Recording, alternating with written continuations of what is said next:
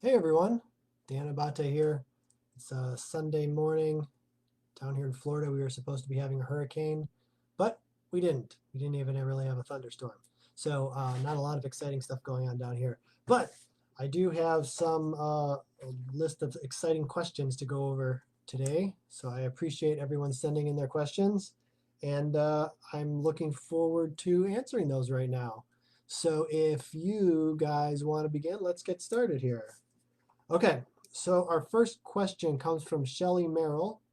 How do I get everything done in a day as a leader in my company as it grows? She's in the fire protection and safety company. As my company is growing, I am finding it harder and harder to get everything done. What do you do to manage it all? That's a good question, Shelly. So here's my main note for everybody when they're in their business or trying to figure out how to spend their time. The goal is to, in fact, I have a book on my shelf right here. Look at that. Look how convenient that is. There's a book here called Time Really Is Money by Rob Slee. It's kind of a thick book, but it's pretty easy read. Um, I saw Rob speak maybe like 6 or 7 years ago, and he gave me this book because it was one of those things where they give you the book. Um, and basically, the whole gist of it is you have to know what your hourly rate is. As entrepreneurs, a lot of times our hourly rate is not really a concern. We don't think that way, which is good. We shouldn't be thinking that way, like in terms of like, I want to trade my time for money. But regardless of what you do, you're trading your time for money. It's just you're either trading it directly and someone's paying you per hour, or the work that doing is generating a certain amount of money. And then if you spent so many hours doing that, that's kind of what your like adjusted hourly rate is, or estimated hourly rate, or whatever you want to say. And you need to keep raising that, right? Everyone only has the same amount of like hours in the day. So if you're going to succeed and you're going to have more money than somebody else, the only way to do that is to become more efficient with your time and to be able to drive more value in the hours that you work. So your question was, how do I get everything done in a day as a leader in my company as it grows? So a lot of times when you start a company, you're doing a lot of stuff, you're wearing a lot of hats, you're doing operations, you're doing sales, you're doing all these different things. And then you become busy to the point where you don't have any more time, which is I think what you're alluding to here. So the next thing you have to look at is all right, how am I spending my time? Am I spending it on activities that I can pay someone else $10 an hour to do? And then when I pay them that $10 an hour, now I have my time freed up to go do a $20 an hour activity or a $200 an hour activity.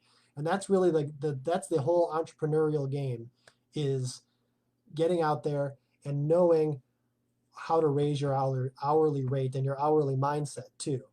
A lot of times entrepreneurs they get into a business from an operational perspective, so they're doing a lot like with their hands, let's say. um, and then as you grow, you have to elevate yourself out of that tactical hand type operations to you know, management initially, and then eventually a strategy. You know, you you spend more and more of your time uh, on strategy. Well, first it kind of goes like this: all operations. Then you start to be able to manage people because now you're hiring people. So now you're doing more time on management until you find yourself only in management. And then you've been doing kind of strategy all along, and now you're doing mostly strategy. Like that's kind of the life cycle essentially of an entrepreneur, is that as you go up and your business grows, you can focus more and more of your time on strategy. And in order to get there, you have to eventually hire people. So I would say that if I don't know how big your company is or where you're at, but if you're feeling overwhelmed with for time, you probably have a lot of tasks. I would bet money that you have a lot of tasks that you can hand off to somebody else. And it might be a little scary because you're going to literally have to take money out of your own pocket to pay this person. But it's an investment because now you've bought your time back for $10, and you're going to then now uh, reallocate your time for $200, whatever you want to, however you want to look at it. So um, I hope that helps. Don't be shy to reach out to the AO family, to me, if you're dealing with hiring or you know, taking your next steps and all of that. Cool. And this is the book again. This is a great book, Rob Slee. Time Really Is Money. I'm not getting anything for showing this to you. It just occurred to me. It's just a good book. Um, okay. Yolindi de Goivia. Would you suggest a gradual increase in prices or a one-time price increase across the board and let things settle? Lindy is in the custom high quality throw pillows and inserts business. And she says, I've always had a hard time pricing my products and services correctly. I've researched online formulas on pricing and looked at other retailers. However, I know my prices need to be higher. My customers get an excellent product and a customer service, so I know my product can stand by a higher ticket price. I feel that a higher price will reflect a quality product better and in turn produce a better customer and return business. Okay, this is a great question. So pricing is something that's way overlooked by companies in general, but especially entrepreneurial companies, because we just kind of set our prices based on whatever the market is and we don't put a lot of thought into it. So I'm glad to hear that you're actually thinking about it right now, because that's an important part of it. So my recommendation is you use the word prices need to be higher. You said prices need to be higher.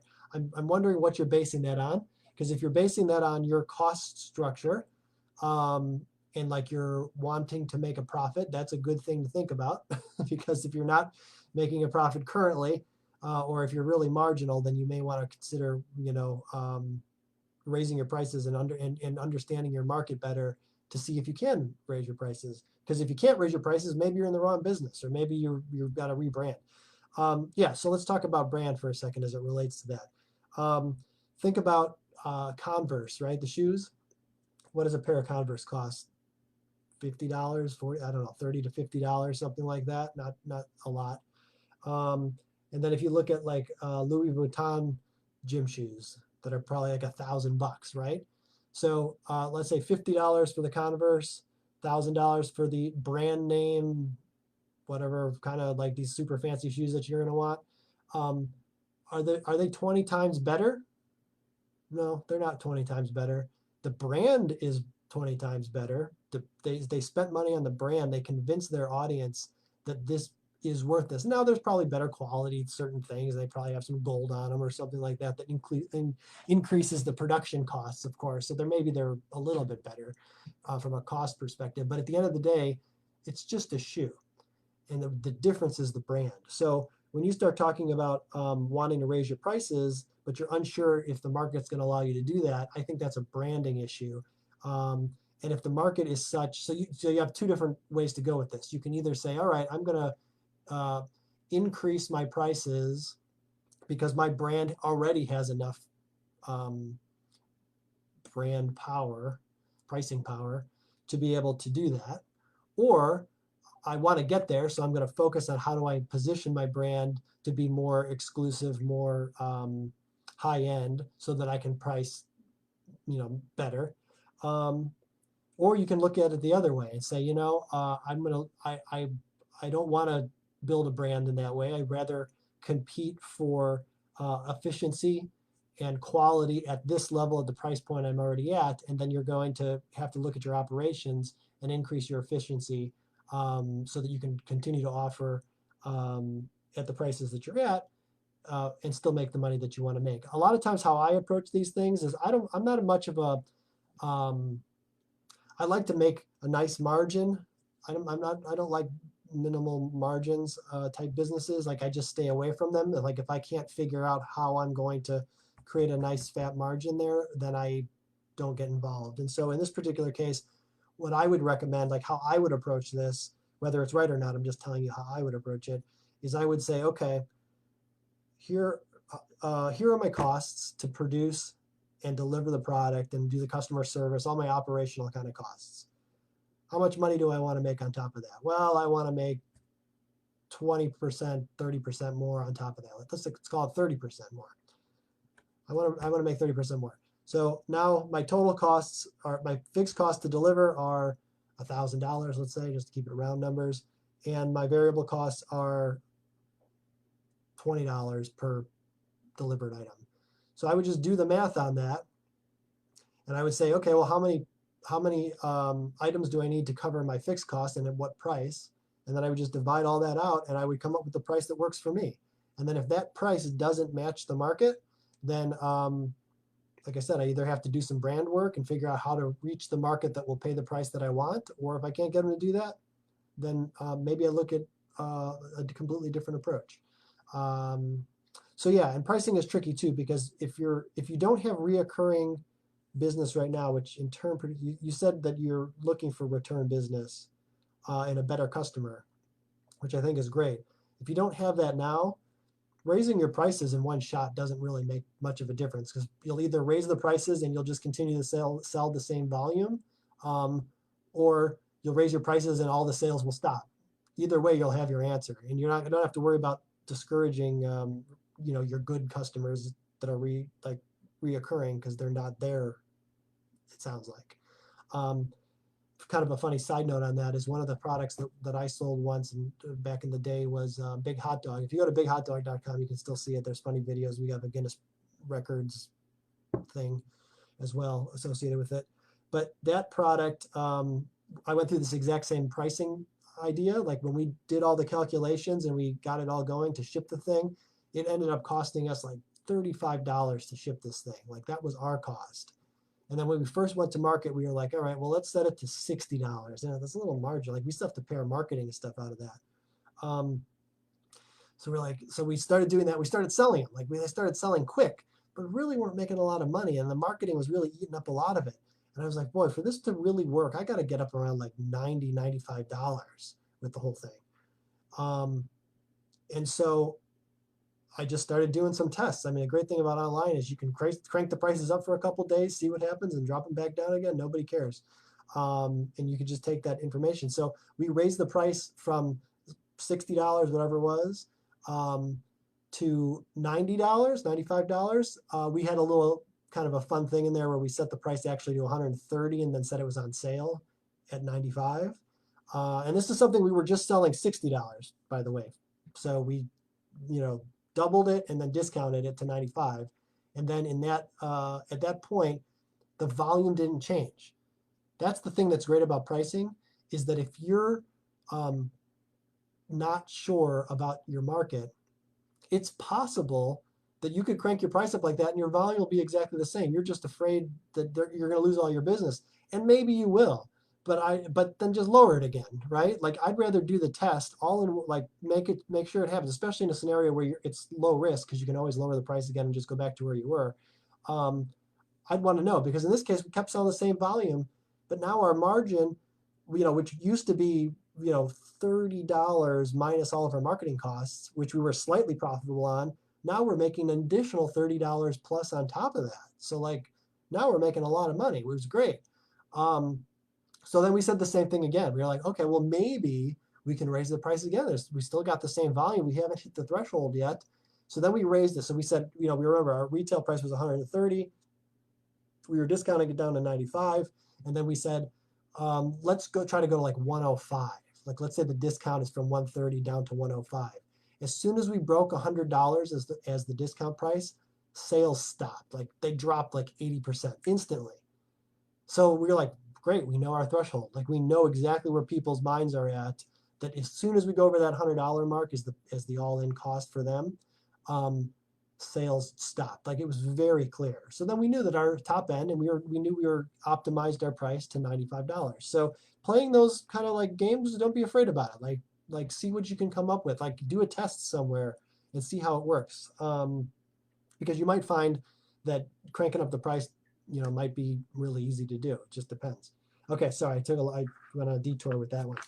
I hope that was helpful to Yolindi and anyone who was listening.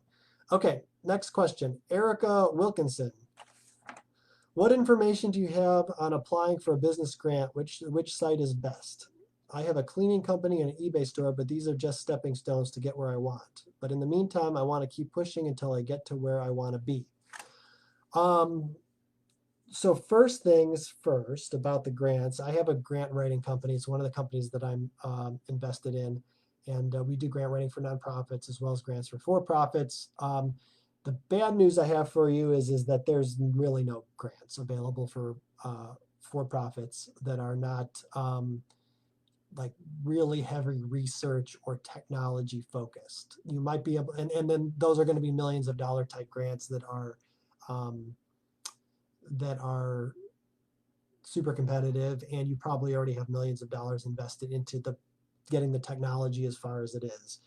Like little startup type grants, they don't really exist. You might be able to find like a $5,000 thing here or there from like a local nonprofit or something like that. But for the most part, it's few and far between.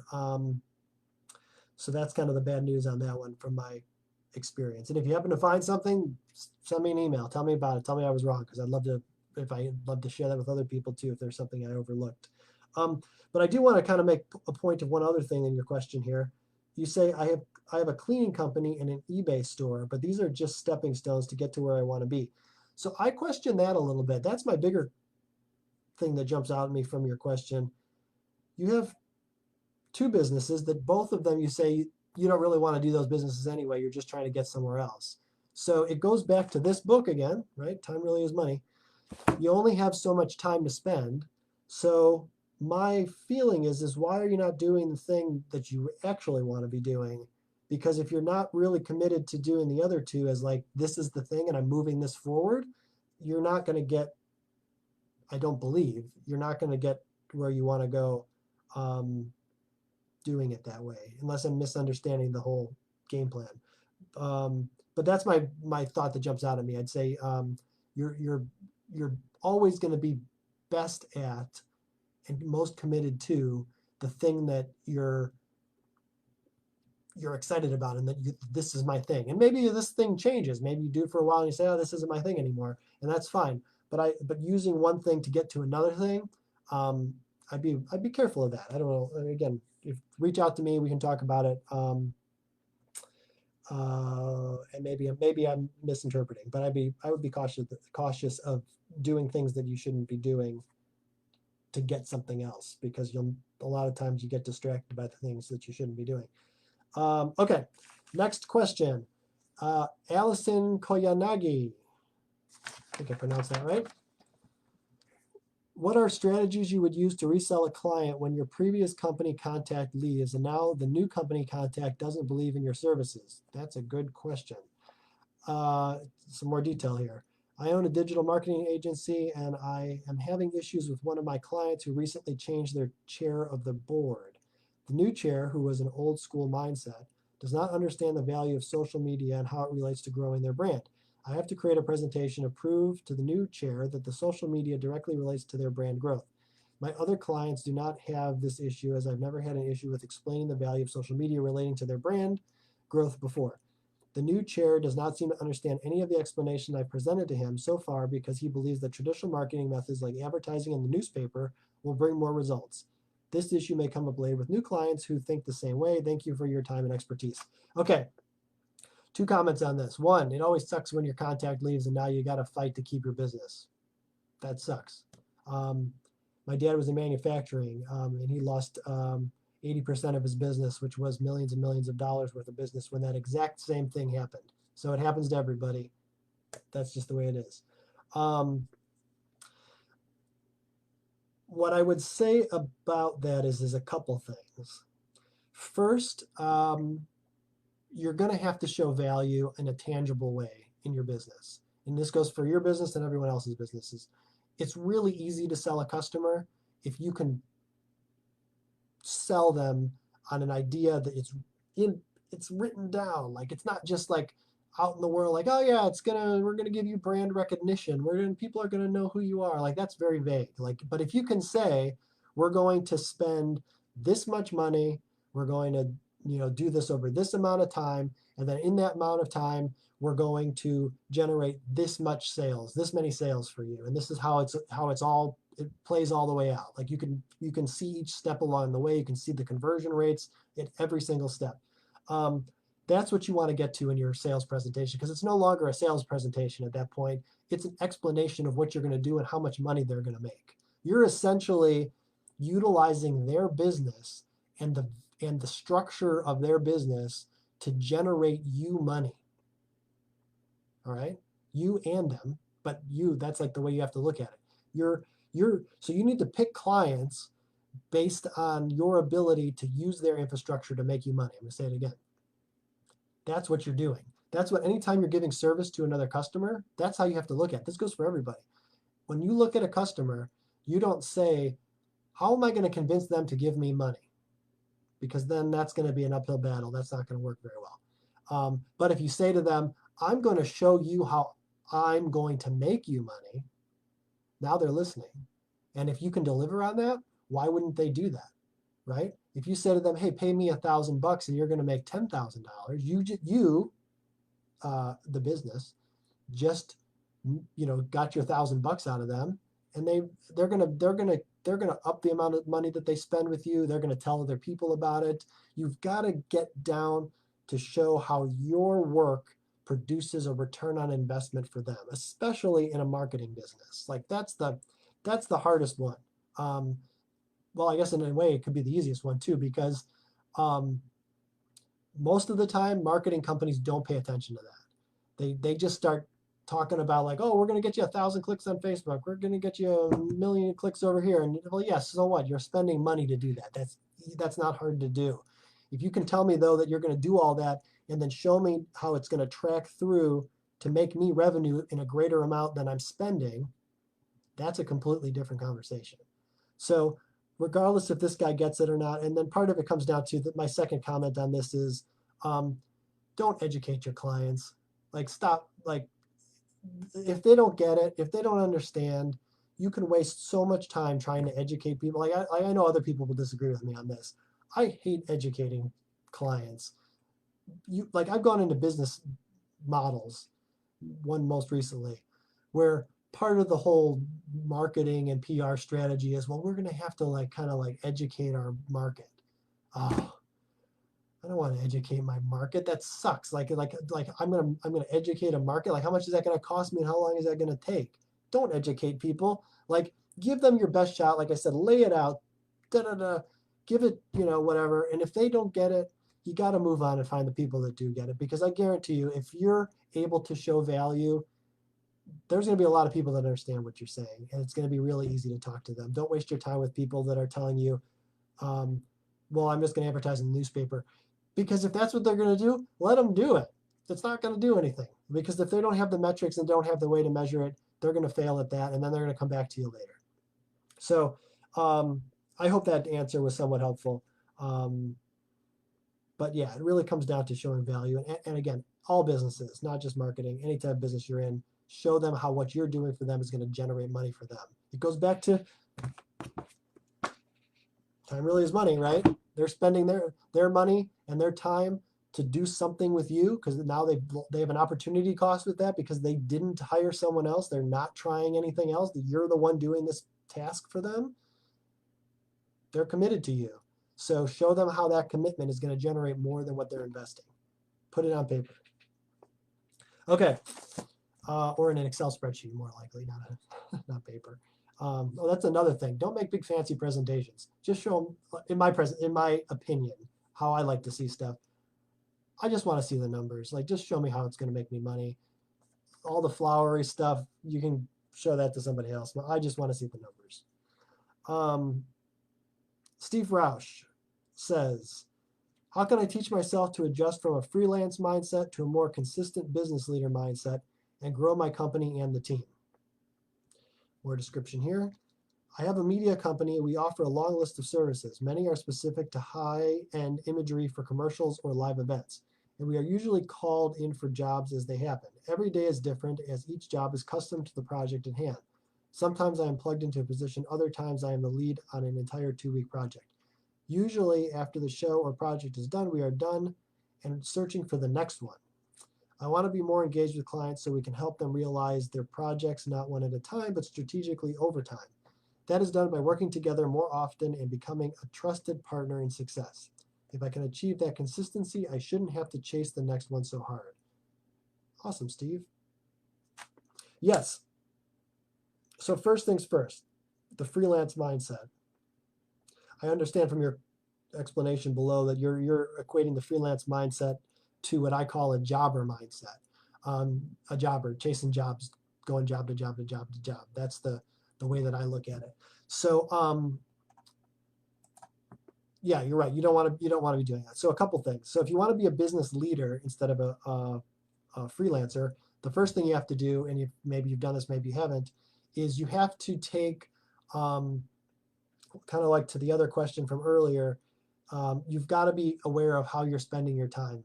Are you doing production? It sounds like you personally are engaged with these clients at their different projects, which is fine, but at some point you're not going to be able to be the person who is doing all the work. So if you're not already pulling yourself out of doing all the work, you're going to need to figure out how to do that. And if you're, and even if you have a team, but you're still there every day overseeing them, you're going to have to keep elevating yourself away. Like that's the first way to kind of get out of that freelance mindset, is you have to take your operations out of your day-to-day, your personal day-to-day activity. And if you can accomplish that, you're breaking that freelance mindset, and now you're running more like a business. You're operating as a business leader, as opposed to just someone who's doing the work and maybe hired a couple of people to help them. So that's kind of point one. The second point is you're totally on the right track as far as your reoccurring revenue. You don't want to be a jobber. Jobber type businesses, like you said, you're always chasing the next dollar. You're creating no enterprise value. You can work in your business for the next 20 years and it's going to have no value at the end, because no one's going to want to buy a business that is based on just one more sale. If you're not selling a reoccurring revenue client, you're kind of wasting your time. So you have to be able to sell something that's reoccurring. And so, like for example, with the grant writing business, just as another point with that, when we started that business, it came out of a freelance type activity, producing grants for nonprofits, onesie twosie, whenever the nonprofits felt like it. And so what we did with that was, the first thing we said was, no more onesie twosies. We only work with clients who are able and willing to commit to a monthly partnership amount, which is $2,000 a month in the case of that business. So we started there. We said, this is what we need in order to do this, and for us to be successful with us, and for us to be happy with it, because why else would you do it? So always bring it kind of back around to you as you're designing your product and service, to like what's valuable to you. Start there. And then you have to do what I said in the last question. You have to then take what's valuable to you and then show how it's more valuable to them. And so we did that, and we broke that down. We built a production process that had multiple people involved, and that was scalable and that was modular. We built a whole custom software that supported the whole thing as we were growing. It wasn't all in one shot. We did it as we were growing. But now we could do that stuff because we had customers paying us $2,000 a month consistently. They weren't just disappearing all the time. So I would say, look at how you operate and who your customers are and what the services you're providing, and figure out how to create a productized service that makes them want to pay you on a monthly basis, because that'll fix all your cash flow issues. And then it'll allow you to have that relationship that you're looking for. And again, we can go into specifics about it if you want to reach out. I need to know more about how it all works to give specifics. But anyway, so that's that one. All right, next question. Allison Koyanagi. What are things I can do to learn how to be a better leader? Good question. Digital marketing agency. I've recently hired someone to help me with all the tasks I don't have time to do myself anymore. That's great. Since this is my first hire, I don't think I'm very proficient in delegating, yet as my new assistant, didn't understand my directions the first time, even though I put together a task list and detailed explanation of each task. All right, great. Congratulations first that you hired an assistant. Somebody to help you with all that stuff. You're thinking in terms of, I have to get rid of this work that I'm doing and give it to somebody else. That's the right exact thing to do. Congratulations on making that giant leap. Now you've hit the first roadblock. The first roadblock is, I don't know how to tell this person what to do.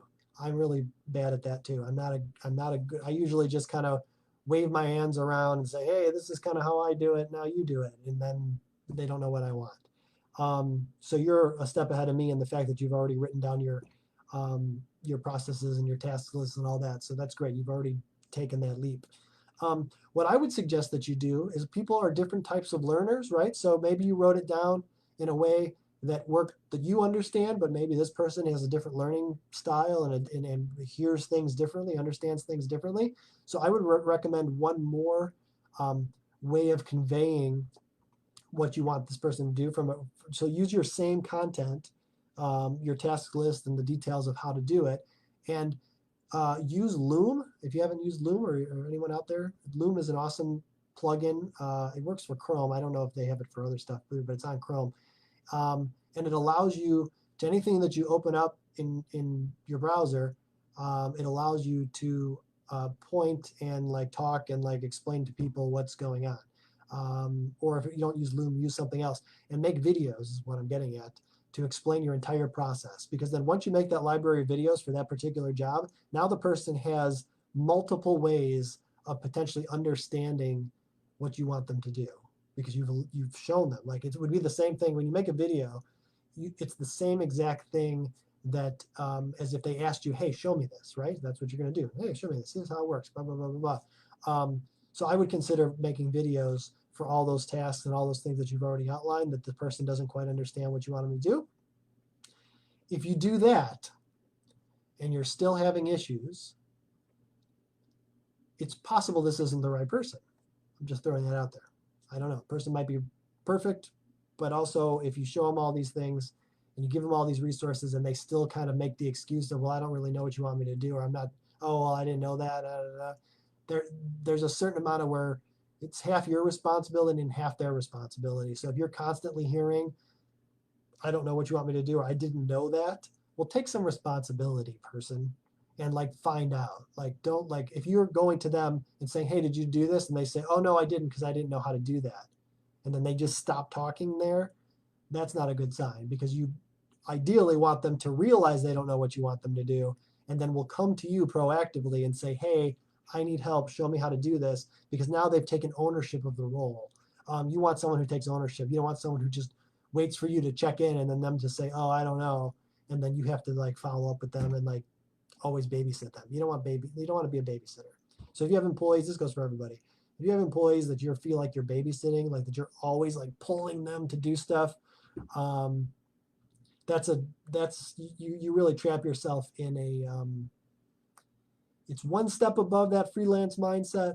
But if you're babysitting everybody, it's still like the whole operation depends on you, and that's not going to scale, that's not going to grow, and it's going to be kind of a miserable existence. So just be aware if you're not able to tell people something and then have them do it and take responsibility and ownership of it. And there's ways to help facilitate that, which from a process perspective, which you have to look at. Okay, and again, if you want to talk about those things specifically, reach out through AO to me. Let's see, where was I? Here we are. Okay, next question is from Ty Green. How do you recommend finding top sales talent? Would you use some of the freelance sites or post the job locally? And it says, I'm building my software business on the side while working a full-time job. I have a SaaS business geared toward the aviation industry. The decision makers I need to connect with are available during normal business hours.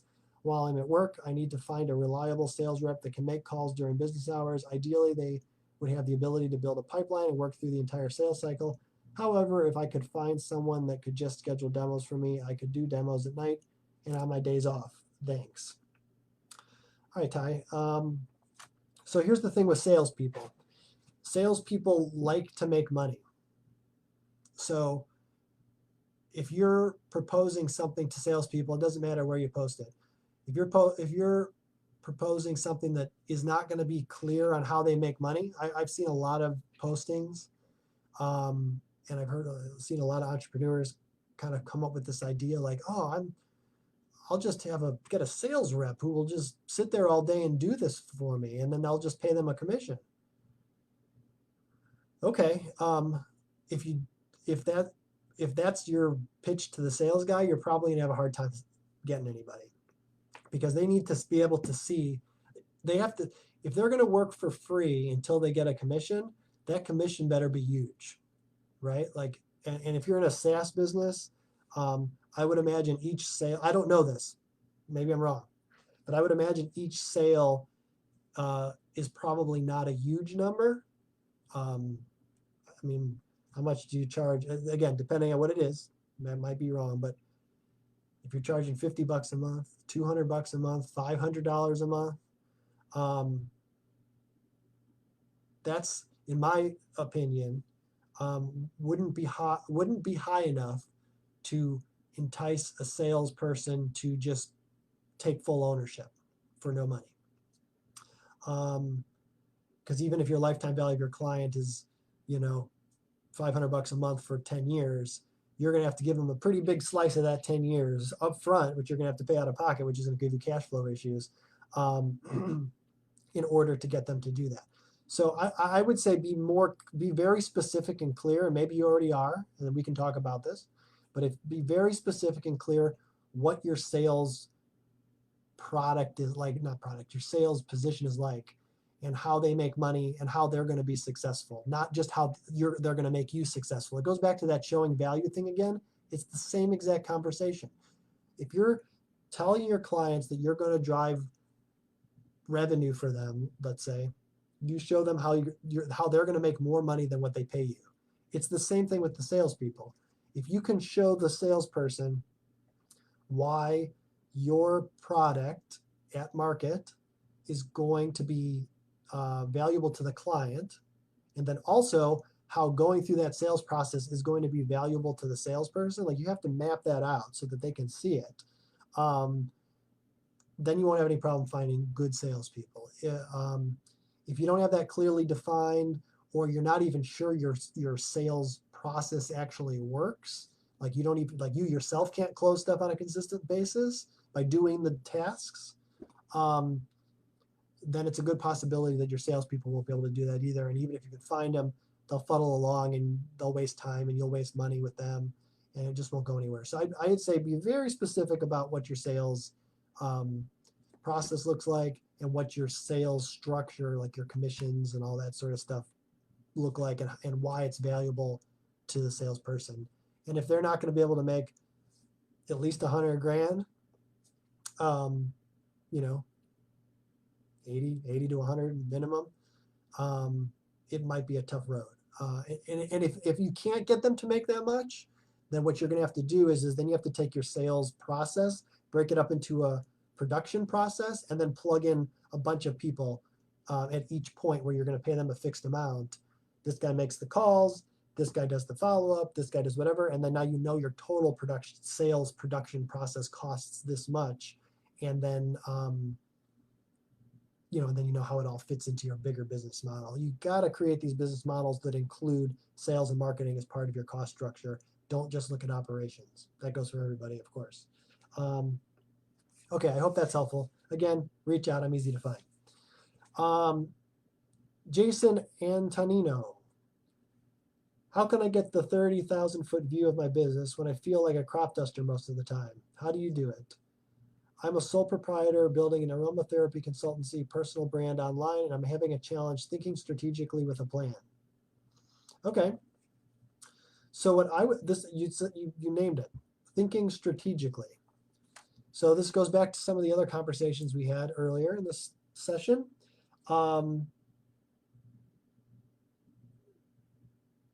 Right now, you said, you're a sole proprietor. It's just you. You're doing the operational stuff. You're doing all the stuff with your hands that you got to do because somebody's got to do it. Totally great. You're crop dusting, as you said. I loved it. Great imagery. What I would say is that you have to reserve time. Put it on your schedule. Wherever you put your schedule for exercise, or you put your schedule for, dinner with the kids, or however you got your schedule set up, find a spot that you designate as strategic planning time. Do it every week. Don't do it just like once a quarter or something like that, because then you're going to forget about it. Do it every week. Every Monday at 4 p.m. to 5 p.m., I will do strategic thinking. And during that hour, don't get distracted. Don't blow it off. Don't do the other thing that's more important, because we've all heard this term, important versus urgent, right? So I guess in that case, you're going to get distracted by the urgent thing, which is the operational stuff, and you're going to want to do the important thing, which is the strategic thing. So don't let the urgent stuff take you away from the important stuff. So in your Monday 4 o'clock strategic thinking time, just sit there quietly. If you don't even know what to do, just sit there quietly and think. Don't pay attention to your email, turn off your phone, just sit there quietly and think about where you're going. And then from those 1 hour sessions, and then it will become more deliberate than just sitting there and thinking. You'll start to see the vision of where you're going. You'll start to see kind of how strategy fits into the work you do on a day-to-day basis.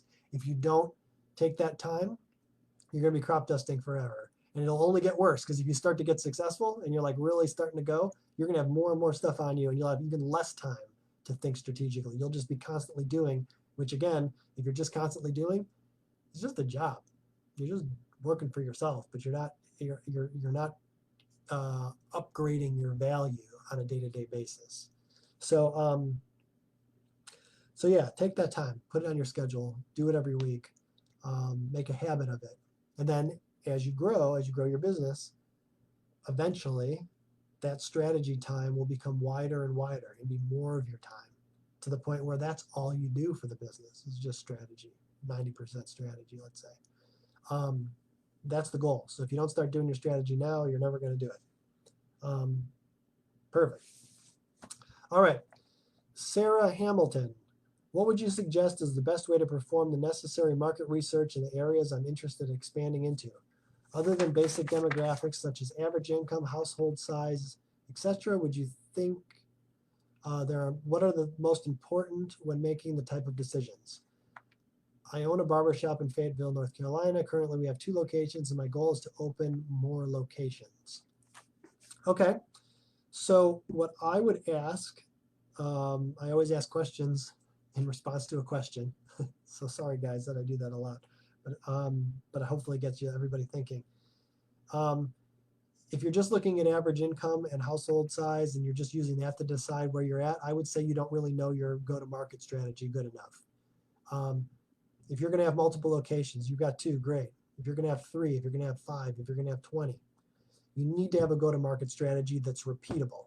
So when you have a go-to-market strategy, you know exactly how you communicate with your target audience. You know exactly how you get them in the door after you open up.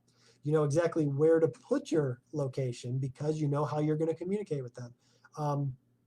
It all comes from knowing how to start up a new location.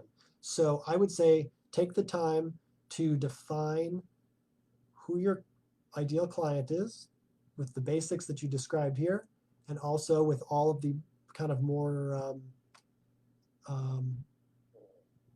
I've heard it described as like create an avatar of your clients, right? So maybe there's 3 or 4 types of avatars that would represent each of your client base, and then from those avatars you can decide on your go-to-market strategy of like, how do I best communicate with all 4 of these people? Give them names, give them ages, decide if they're male or female, like decide who these people are based on your other 2 locations. Who are your big spenders? Maybe 80%, the 80-20 rule, right?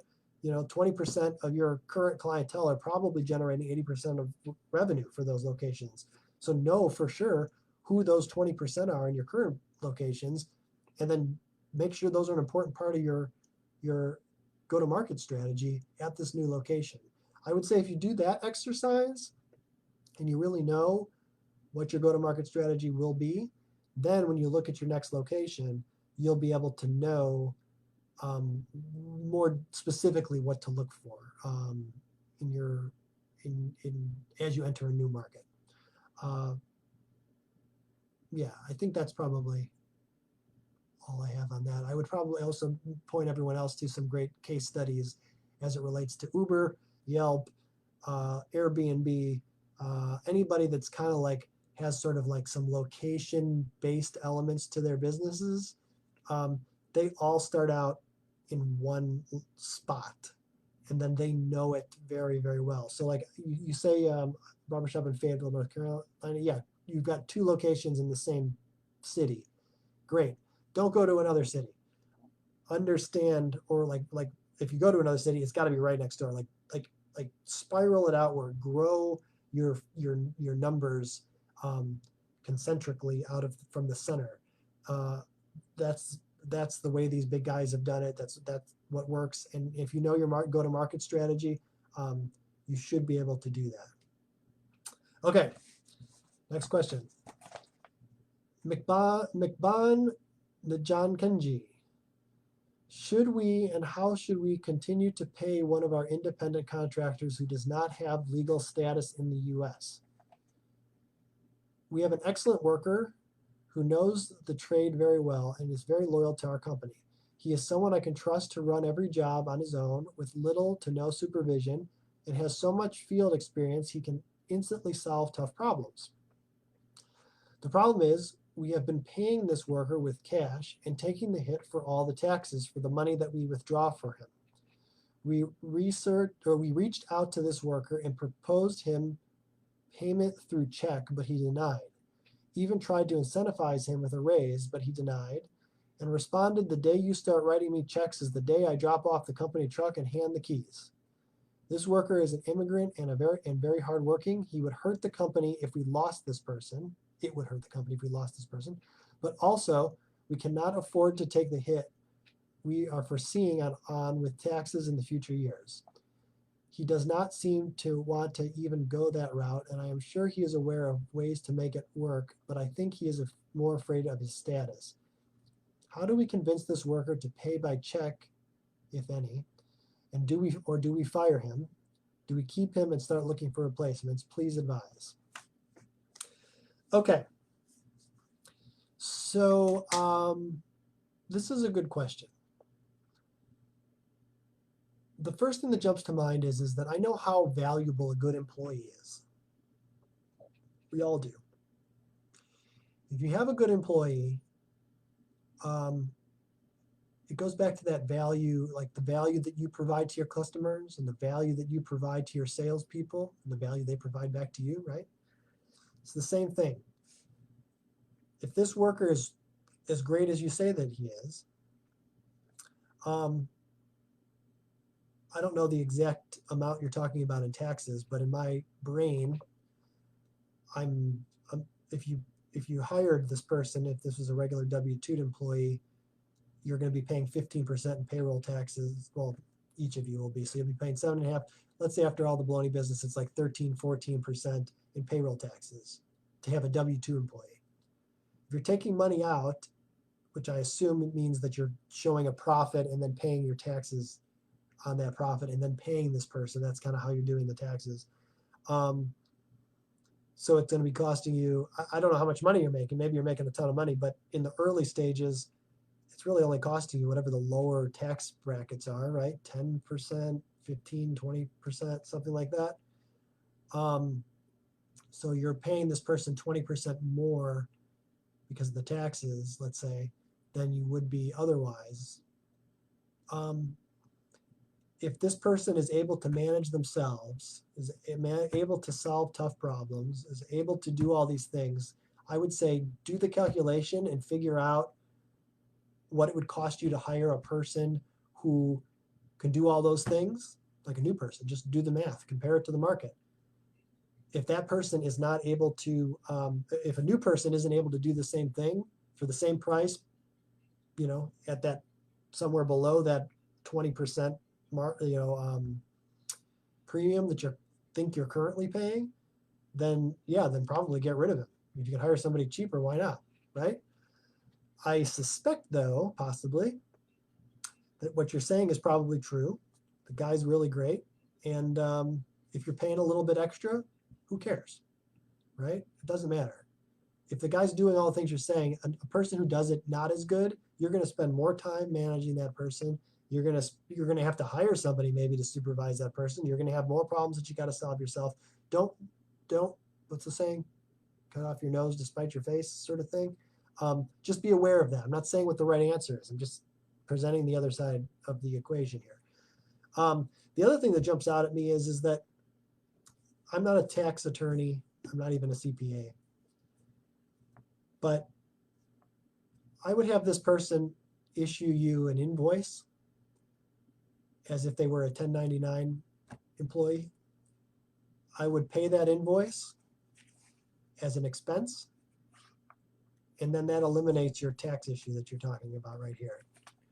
Now, is that exactly the way that it's supposed to be done? No, because you're supposed to, if he's a 1099 employee, if he's not really a 1099 employee, you're in violation of that you're trying to pass off a real employee as a 1099 employee. So that by itself is no good.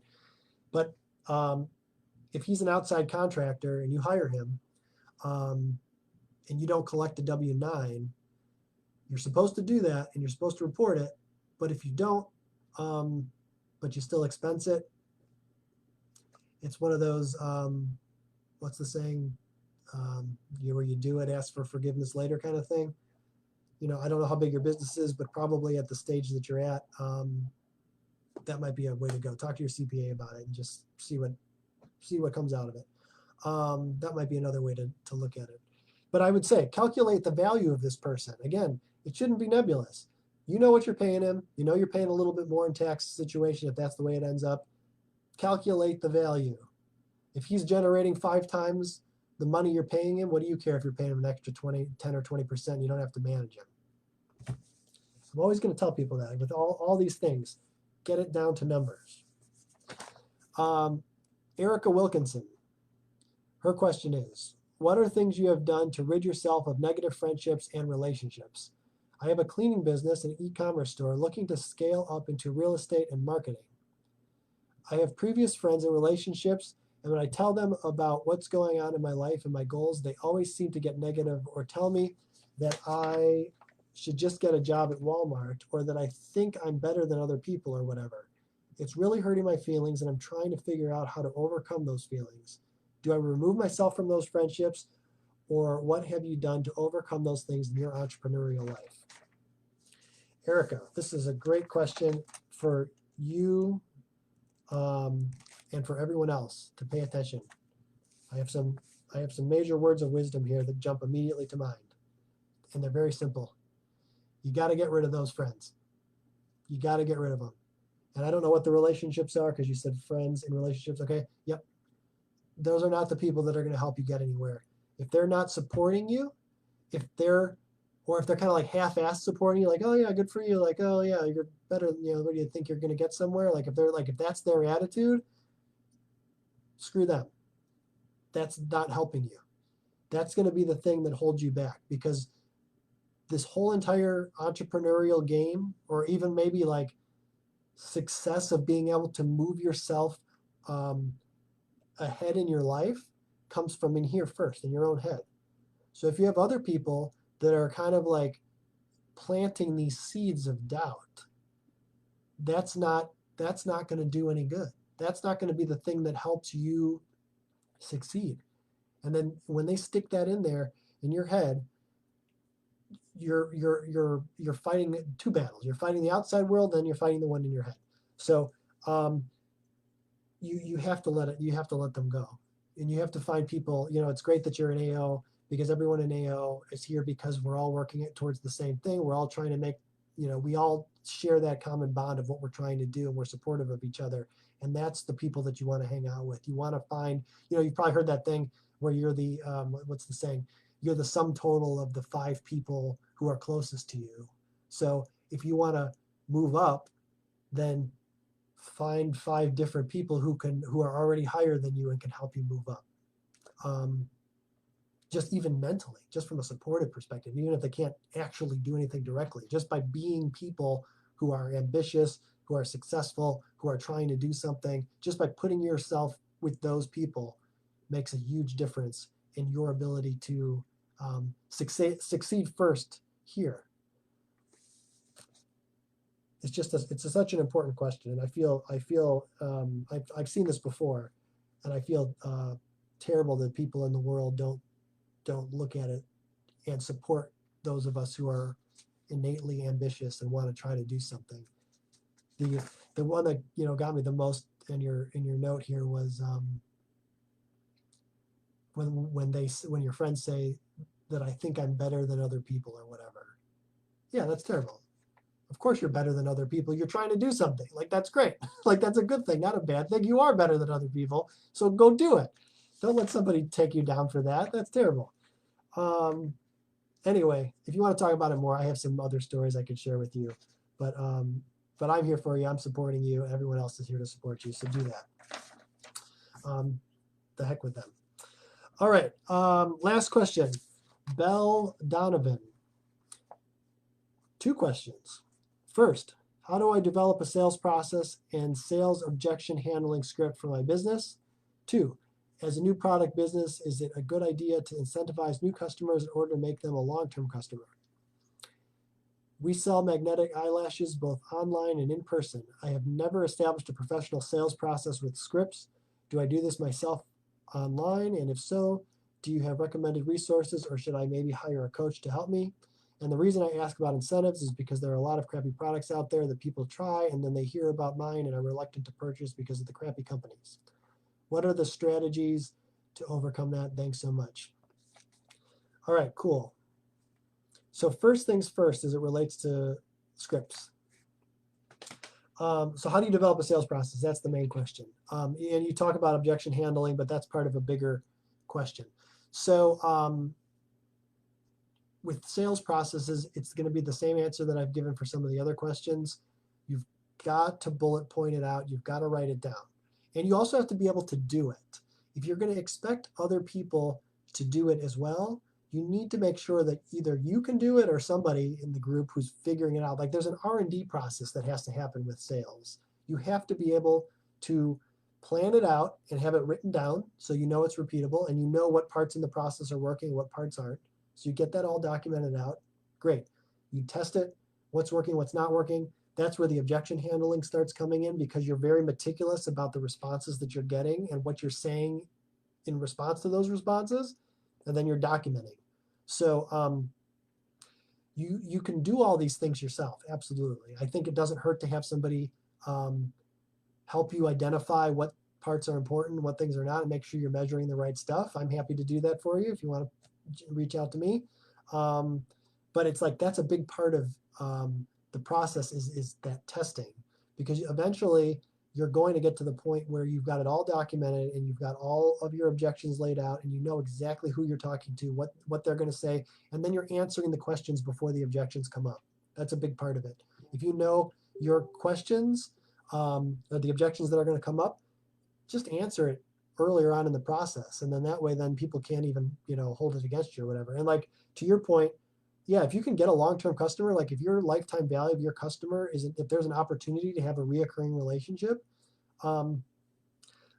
if you can calculate what your loss leaders, your incentives, are worth in the future, then you'll know that if you can spend them now, right? So if, let's say you're saying incentives, so I assume and based on the business you're in, let's say it's like buy 2 get 1 free, and so you're giving one away because you know that if people use it 3 times, 80% of the time they continue to buy.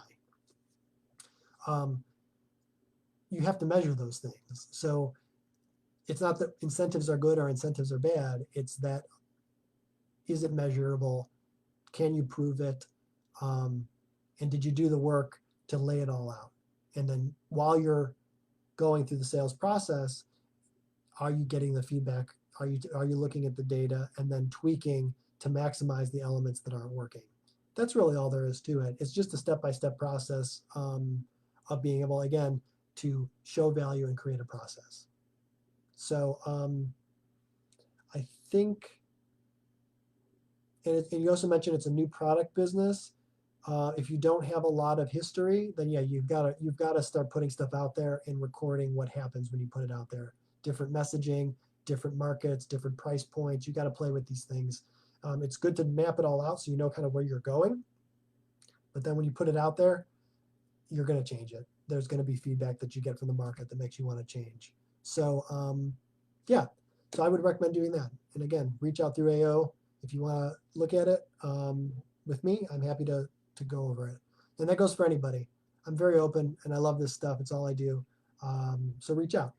Okay, so that's it. I'm going to wrap it up, and thank you so much, everyone, for your time and attention. I will talk to you all on the next one. Have a good one.